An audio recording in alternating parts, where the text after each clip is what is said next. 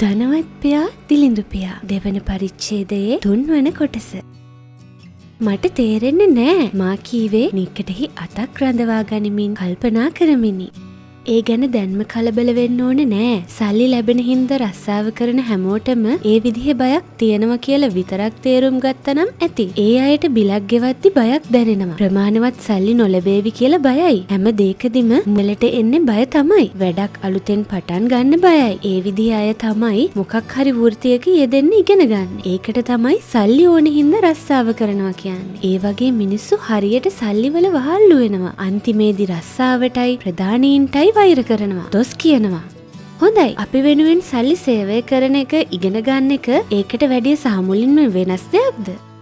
අපොයෝ ඒක හරිම වෙනස්. මගේ ධනවත් පියා ඒ කීවේ බොහෝ උද්දාමයෙනි. මන්ද ඔහු වඩාත් විශ්වාස කරන්නේ හා අනුගමනය කළේ එම ක්‍රමය.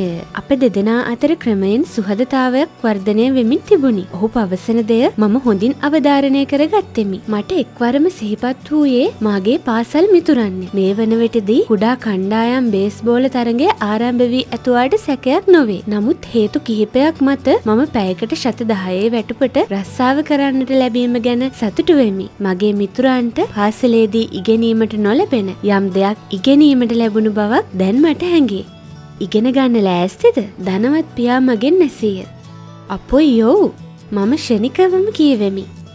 මං මගේ පොරොන්දුව අකුරටම ඉටු කරනවා. හැබැයි මං ඔයාට උගන්වන්නේ ටිකක් ඈතින් ඉඳලා. සල්ලි වලට රස්සා කිරීම ගැන ඔයාට මුලින්ම හැඟීම ආවේ වයස අවුරුදු 9 දී. දැන් ඔයා ඒකේ රසය දන්නවා. ඒක ලොකු දිනුමක්. ඔයාගේ ගිය මාසෙ දිහා බැලුවොත් සමහර මිනිස්සු මුළු ජීවිත කාලයටම ඔයා ලැබපු ඉගෙනීම ලබන්නේ නැහැ. ඔයා ජීවිතේ දිනන්න පටන් අරගෙනයි තියෙන්නේ. මට තේරුණේ නැහැ. මම කුතුහලයෙන් පැවසීමි. ඇයි ඔයා එක මාසයක් ඇතුළතදී රස්සාවක් ඉල්ලන්න පොලිමේ හිටියා. ඒ මාසෙදිම ඔයා පඩි වැඩි කරගන්නත් උත්සාහ කළා. සමහර මිනිස්සුන්ට මුළු ජීවිත කාලෙදීම ඒ දේ කරගන්න බෑ. ඇත්තම නේන්නම් මම කීවෙමි. හැබැයි බැරි වෙලාවත් ඔයා සල්ලි වලට රස්සාවක් කිරීම තෝරගත්තා නම් ඔයාගේ ජීවිතයත් අනෙක් සාමාන්‍ය මිනිස්සු ගානටම වැටෙනවා. මට මේකත් කියන්න.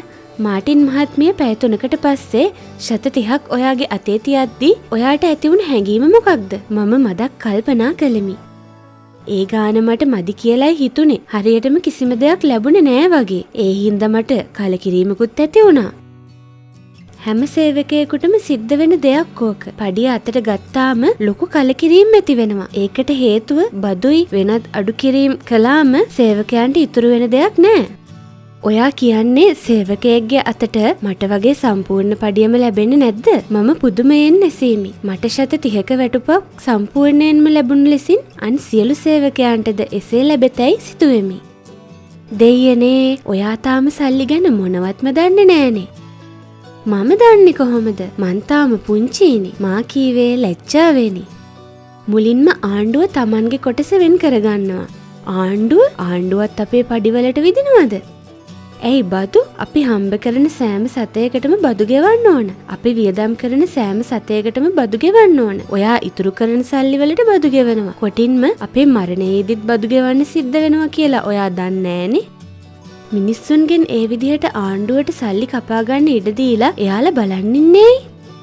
ධනවත් එකට ඉඩ දෙන්නේ නෑ. මගේ ධනවත් පියා කීවේ හින හැමිනි. මම පුදුමයෙන් මෙන් ඔහු පවසන දේ අදහාගත නොහැකිව බලා සිටියෙමි. දුප්පත් මිනිස්සුයි මධ්‍යම පාන්තිකයෝයි තමයි ඒකට ඉඩ දෙන්නේ. උදාහරණයක් විදිහට ඔයාගේ තාත්තට වැඩිය මං සල්ලි උපයනවා. ඒ වුණත් මට වඩා එයා ආණ්ඩුවට බදු ගෙවනවා කියලා මං ඔට්ටු අල්ලනවා.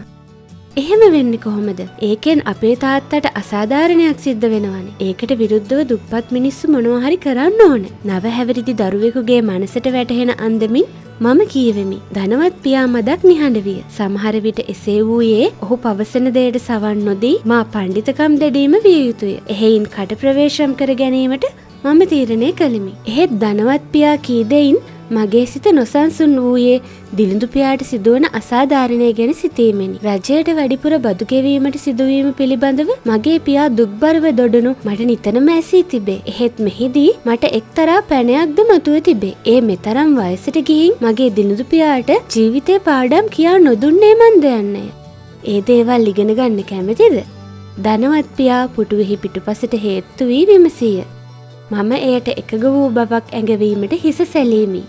මං කිව්වත් වගේ ඔයාට ඉගෙන ගන්න ගොඩක් දේවල් තියෙනවා. සල්ලි අපි වෙනුවෙන් වැඩ කරන හැටි ඉගෙන ගන්න මුළු ජීවිත කාලයම ගෙවන්න ඕන. ඒ තරම් ඉගෙන ගන්න දේවල් තියෙනවා. සාමාන්‍යයෙන් විශ්වවිද්‍යාලයකට යන කෙනෙක් ඒකේ ඉන්නේ අවුරුදු 4යි. ඊට පස්සේ ඉගෙනීම අවසන් කරනවා. මුදල් ගැන ඉගෙනීම හැම කරන්න බෑ. මං හිතන විදිහට මං මුදල් ගැන මුළු ජීවිතේම හදාරාවි. මොකද හැමදාම අලුත් දෙයක් හමු වෙනවා. ඒ වගේම අලුතින් දෙයක් හිතන්න සිද්ධ වෙනවා. නමුත් හුඟක් අය මුදල් විෂය හදාරන්නේ නැහැ. රස්සාව කරනවා. පඩි ගන්නවා. ණය සහ ගෙවීම් කරලා ඉතුරු සල්ලි කීයද ගණන් බලනවා. ආයෙමත් ඊළඟ මාසේ වැඩට යනවා. එච්චරයි කරන්නේ. ඒ වුණාට මුදල් කියන්නේ ඊට වඩා හිතන්න ඕන දෙයක්. මුදල් කියන්නේ හැමදාම මිනිස්සුන්ට ප්‍රශ්න ඇති කරන දෙයක්. මිනිස්සු හිතන්නේ වැඩිපුර මුදල් ලැබුණොත් ප්‍රශ්න විසඳනවා කියලා. ඒක බොරුවක්. මුදල් ප්‍රශ්න ඇති වෙන්නේ මුදල් විෂය ගැන අධ්‍යාපනයක් නැතිවීමෙනුයි. ඒක ලොකු විෂයක්. මගේ තාත්තට බදු ප්‍රශ්න තියෙන්නේ එයාට මුදල් ගැන අධ්‍යාපනයක් නැති හින්දාද? මම යලි ප්‍රතිවිරුද්ධ මතයක් ඉදිරිපත් කළෙමි.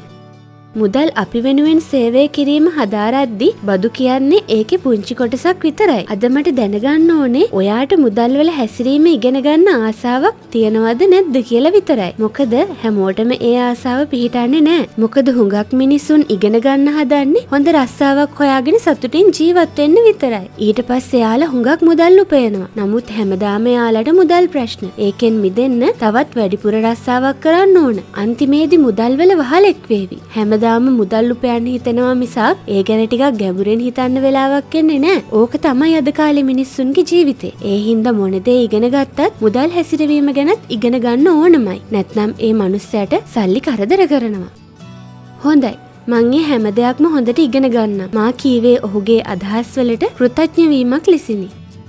දැන් ඔයා ආයෙමත් වැඩට යන්න. හැබැයි මේ පාර මං ඔයාට ගෙවන්නේ නැහැ. මොකක්? මා ඔහු දෙස බැලුවේ පුදුමේනි. මෙච්චර වෙලාවක් මං කියපු දේවල් ඔයා හොඳින් අහගෙන උන්නානේ. ඔයා හැම සෙනසුරාදාවකම පැය 3ක් වැඩ කරන්න. නමුත් ලබන සතියේ ඉඳලා මං ඔයාට පැයකට ගෙවූ ශත 10ක් ගෙවන්නේ නැහැ. මොකද ඔයා කිව්වනේ ඉගෙන ගන්න කැමතියි කියලා. සල්ලි වලට නෙමෙයි රස්සාව කරන්න කියලා. මතකද ඒක? ඒ හින්දා මං ඔයාට ආයේ ගෙවන්නේ නැහැ.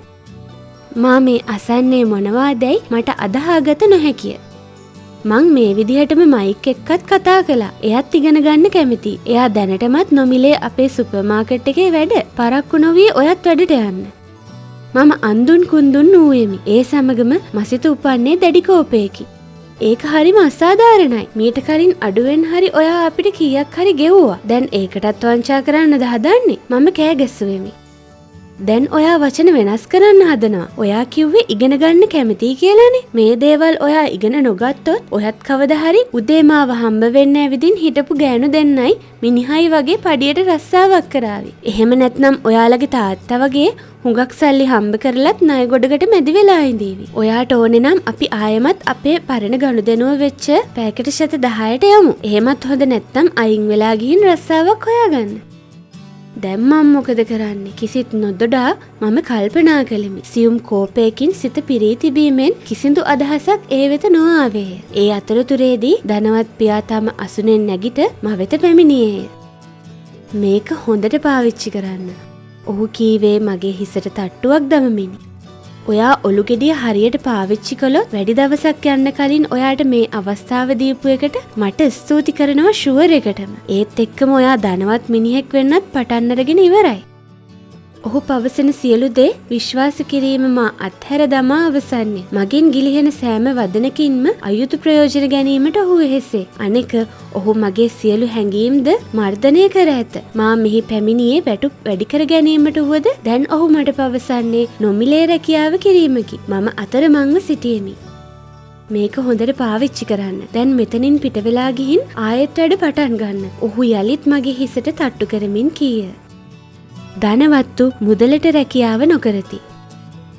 මට වැටුප් නොගෙවන බවක් මගේ දිලිඳු පියාට නොපැවසීමි. ඔහු ඒ කිසිවක් අවබෝධ කර ගැනීමට නොවැහිසුනි. එමෙන්ම මටද තේරුම් ගත නොහැකි දේ ඔහුට විස්තර කර දීමට නොගියෙමි. එතෙන් සිට තවත් දෙසතියකින් මයික් සහ මම සෑම සෙනසුරාදාවකම පැය 3ක් නොමිලේ රැකියාව කළෙමු. රැකියාව අසීරු නොවුනේ එයට හුරු වීමෙනි. එම රැකියාවෙන් මට බේස්බෝල් ක්‍රීඩා කිරීමට නොහැකි වූ අසේම පඩියෙන් මිලදීගත් විකට කතා කියවීමද අහිමි වුණි. මගේ ධනවත් පියා මට යලිත් දක්නට ලැබුණේ තෙවැනි සතියේ මධ්‍යාහ්නයේදීය. ඔහු කැබ්රිය අප සුපිරි වෙළඳසැල අසල නතර කර බැස්ස ආයේය. මාටින් මහත්මිය ඔහු පිළිගත්තේ සිපගනිමිනි. වෙළඳසැලෙහි රවුමක් ගොස් පරීක්ෂා කළ ඔහු අයිස් පළම් දෙකක් ගෙන මුදල් ගෙවීය. එයින් පසුව මයික් සහ මට අතින් කතා කළේය. අපි චුට්ටක් ඇවිදින්න යමු. ඔහු කීවේ බොහෝ දයාවෙනි. අපි වීදිය දිගේ වාහන පසු කරමින් යද්දී හමු වූයේ තන පිට්ටනියකි. එහි වැඩිහිටියන් කිහිප දෙනෙක් සැහැල්ලු පන්දුවකින් සෙල්ලම් කරමින් සිටියහ. අප හිඳගත්තේ తాවකාලිකව ඉදිකළ මේසේකය. ධනවත් පියා තම අත වූ අයිස් පළම් දෙක මයික් සහ මගේ අතෙහි තැබුවේ එයින් පසුවය. කොහොමද වැඩ ටික? මද වේලාවක් ගිමන්හල් ඔහු එසීය. හොඳට කෙරෙනවා. පිළිතුරු දුන්නේ මයික්ය. අයිස් පළම කමින් සිටි මමද එය අනුමත කළෙමි. මොනවා හරි දෙයක් මේ වෙද්දි ඉගෙනගෙන තියනවද? අපි දෙන්නා මූණට මූණ බලා ගත්තෙමු. දෙදෙනාම එකට හිස සැලුවේද ඔව් යන්න පැවසීමටය. ජීවිතයේ ප්‍රධාන එක් උගුලක් මග අරින්න. හොඳයි. ඔය දෙන්න හිතන්න පටන් ගත්ත විදිහ හරි ඉහළයි. ඔයාලා මේ ආරම්භ කළේ ජීවිතයේ ඉහළම පාඩම ඉගෙන ගන්නයි. මේ පාඩම හොඳට ඉගෙන ගත්තොත් ඔයාලා කවදා හරි ජීවිතය නියම ආරක්ෂාවක් සහිතව පුදුමාකාර නිදහසකින් වගේම විනෝදයෙන් ගෙවනවා. ඒ දේවල් ඉගෙන නොගත්තොත් ඔය මිසිස් මාටින් වගේ එහෙම නැත්නම් පිට්ටනිය සෙල්ලම් කරන මිනිස්සු වගේ සාමාන්‍ය ජීවිතයක් තමයි ඔයාලට ගෙවන්න සිද්ධ වෙන්නේ. වැඩ කරනවා. රැකියා සුරක්ෂිතභාවය කියන මායාවේ තමයි ඒ මිනිස්සු එල්ලිලා ඉන්නේ. එයාලා ලොකුම දේ කියලා හිතන්නේ අවුරුද්දකට සති 3ක නිවාඩුවක් ලැබීම. එහෙම නැත්නම් වයස අවුරුදු 45 දී විශ්‍රාම යන්න ලැබෙන එක. මං ඔයාලගේ පඩිය පැයකට ශත 25ක් කළොත් මේ තියෙන උනන්දුව තවත් වැඩි වෙයි කියලා හිතනවද? අප දෙදෙනාගේම ජීවිතයේ ඇසූ වඩාත්ම ප්‍රියජනක වදන එය විය හැකිය. ඒකට අපි හුඟක් සතුටු වේවි. වැඩ කරන්න ආස වේවි. ඔහු ඒට යන්තමින් හිනැහුණි. මෙහේ හුඟක් මහන්සි වෙලා වැඩ කරන මිනිස්සු ඉන්නවා. ඔයා ඒ අය ගැන සතුටු වෙනවද? ඔහු මදක් කල්පනා කළේය. මිසිස් මාටින් මගේ අම්මා වගේ කෙනෙක්. එහෙම කෙනෙකුට නපුරු වෙන්න මට බෑ. ඒත් මං ඔයාලා දෙන්නට ඊට වඩා නපුරු වෙනවා. මොකද ඔයාලා දෙන්නගෙන් යම් දෙයක් එළියට ගන්න මං උත්සාහ ගන්නවා. ඔයාලා යම් දෙයක් දිහා බලන විදිහ පුළුල් කරන්නයි මට උවමනා වෙලා තියෙන්නේ. සමහර අයට Tamanගේ දැක්ම පටු හින්දා බොහෝ දේ නිවැරදිව දකින්න අමාරුයි. ඒ හින්දා ඒ අය පැටලිලා ඉන්න උගුල් පේන්නෙත් නෑ. මයික්ට සේම මටද ධනවත් පියාගේ කිසියම් සුබවාදී පණිවිඩයක් හැඟෙන්නට විය. ඔහු අප දෙදෙනා වෙනුවෙන් කටයුතු කළේ බොහෝ රළුවය. නමුත් එසේ කිරීමෙන් යම් සුබවාදී දෙයක් ඔහු අපේක්ෂා කරන බවක් අපට හැඟෙන්නට විය. පැයකට ශත 25ක් ලැබෙන එක හොඳ මදිද? ඒකෙන් සිද්ධ වුණේ ඔයාලගේ පපුව තව ටිකක් වැඩිපුර ගැහෙන්න ගත්ත එකද? ඔහුට නැහැන්න ඇඟවෙන්නට මම හිස සැලීමි. නමුත් සැබෑවටම එයින් හදගැස්ම වැඩි විය. සමහර විටක පැයකට ශත 25ක් ලැබීම මගේ හැටියට ලොකු මුදලක් වීමට හැකිය. හොඳයි. මං ඔයාට පැයකට ඩොලර් එකක් ගෙවන්නම්. මගේ හදවත යලිත් වේගයෙන් සැලෙන්න විය. මසිත මට කීවේ හා කියපන් යනුවෙනි. එහෙත් මට එතරම් ශක්තියක් නොවිය. හොඳයි. එහෙනම් මං ඩොලර් 2ක් දෙන්නම්.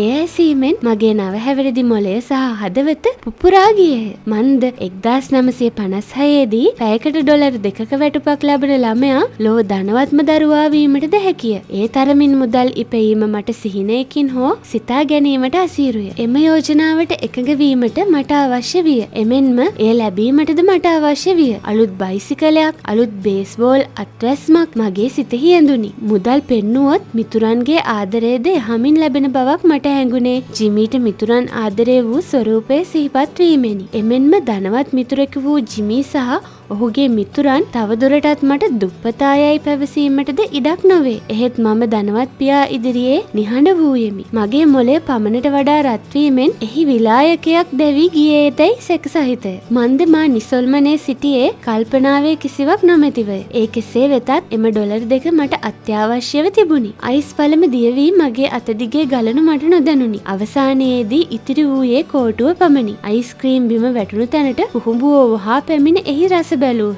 දරුවන් දෙදෙනා දෙස ධනවත් පියා බැලුවේ උනන්දුවෙනි. ඔහු යලි තමා දෙසම බැලීය. අපේ ඇස් පමණට වඩා විශාල වී තිබේ. එහෙත් මොළය හිස්සයයි ඔහුට සිතෙන්නට ඇත. ඔහු අපව පරීක්ෂණයකට ලක් කළ බව ඔහු දනී. අපේ අනවශ්‍ය උනන්දුවෙන් ඔහුට සියුම්ම දුක සිතුනා විය යුතුය. අපේ හැඟීම්වල කොටසක් වන්නේ කීයක් හෝ වැඩිපුර ලැබීම බව ඔහු දනී. එය සෑම මනුෂ්‍යයෙකුම තුළ වූවකි. මිනිස් ආත්මය සතුටු වන්නේ මුදල් වැඩිපුර ලැබීමෙනි. ලැබීමට ප්‍රිය වූ දේ සමග මිනිස් ආත්මය බැඳී පවතී. එය ලැබීමේ ගිජුකමින් සියලු දේ කෙරේ වෙහෙසේ. එය දුර්වලකමකි. නමුත් මනුෂ්‍යයන් සවිමත් වන්නේ එම හැඟීමෙනි. වැඩිපුර ධනය හිමිවීමේ චේතනාව සම්පූර්ණ කර ගැනීමට දක්ෂකම් පායි. එහෙයින් සෑම පුද්ගලයෙකුම සවිමත්, විරිමත් සහ ප්‍රබලත්වයට පත්වන්නේ මුදල් පිළිබඳ හැඟීමෙනි. ධනවත් පියා පරීක්ෂණයට ලක් කළේද අපේ ධනයට ගිජු එම ආත්මයන් වේ. හොඳා, පැයකට ඩොලර් 5ක්.